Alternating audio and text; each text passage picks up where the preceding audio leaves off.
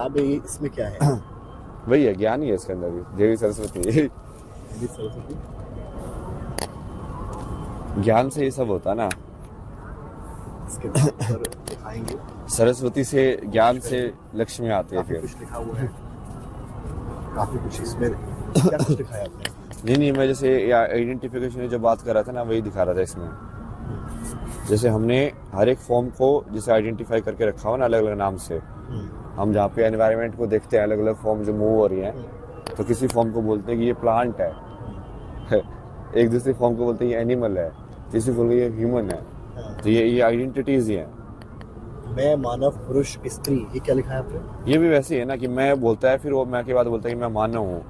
फिर वो मानव के बाद जैसे हमने आपसे पूछा ना, एग्जैक्टली वही चीज़ तो लिखी है जो आपको स्टार्टिंग में समझाई थी। वही आपने सब कुछ लिख रखा है। हाँ, तो जैसे बीच में तो मैं चीट और शीट क्या भी लिखा है रखा आपने था। डायरी में? ये दिखाता ना मैं। वैसे सब्जेक्ट की चीज़ें भी लिखी हैं। ये पूरा क्रिएशन ऑफ द यूनिवर्स को समझाया ना मैंने, बहुत बढ़िया तरीके से। लाइक इसमें तुम मैथमेटिक्स भी समझ सकते हो, ज्योमेट्री भी समझ सकते हो, पुराण के हिसाब से कहानियाँ भी समझ सकते हो, बहुत सारी चीज़ें लाइक एक उसके अंदर समझ सकते हो। तो सबसे पहले तो एक सबसे बड़ा क्वेश्चन जो होता है कि जब सब एक ही था तो वो अनेक हुआ क्यों? क्यों? इच्छा की वजह से। वो मेन जो कारण है ना, जिसको बोलते हैं हम, जो कारणों का कारण है, जो मूल कारण है, वो मूल कारण इच्छा है, डायरी में रोज वासना। लिखते हैं आप? रोज लिखते हैं? ये ना मुझे फिर ध्यान में जाना पड़ता है ना, क्योंकि मैं अपने अंदर ऑब्जर्व कर करके लिखता हूँ उसको कि अच्छा मेरा मेन कारण क्या है एग्जिस्टेंस का। अच्छा, सबसे पहले तो इच्छा है, और उस इच्छा की वजह से विचार आ रहा है। अच्छा, विचार की वजह से जैसे मेरे को विचार आया कि मुझे अभी ये करना है, या इंटरव्यू करना है, या बीड़ी मारनी है, तो सबसे पहले तो इच्छा हुई। इच्छा के हिसाब से फिर मैंने उसको आइडेंटिफाई किया कि हाँ कैसे करना है, क्या करना है। फिर उसके हिसाब से मैंने क्रिया की, मूवमेंट की लाइफ के अंदर।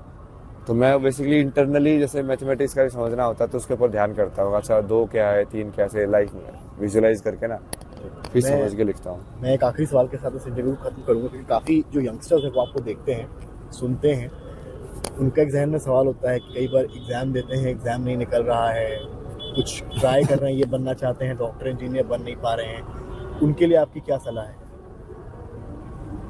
ये 2-3 चीज़ें हो सकती है ना उसमें।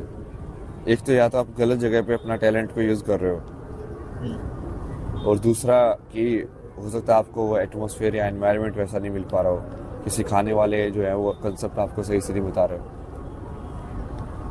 और सबके तो निकल ही नहीं सकता ना कोई तो फेल होगा ही अब एग्ज़ाम के अंदर। मान लो ये भी तो है ही ना, या तो वो सीट उतनी हो। अब मान लो 4 लाख दे रहे हैं तो उसमें तो 4-5 हज़ार ही तो पास होंगे। तो वो चीज़ भी है, वो रिलेटिव कंपेयरिंग भी है। हो सकता है तो मुझसे नहीं बेस्ट ना हो, बट हो बढ़िया। वो सारे कारण हो सकते हैं इसके। बहुत बहुत शुक्रिया आपका हमसे बात करने के लिए। गंगा किनारे आप देखिए, ये पीछे का माहौल देखिए किस तरीके से यहाँ पर बाबा ने सनातन पाठ किया और अपनी तमाम सवालों पर राय रखी।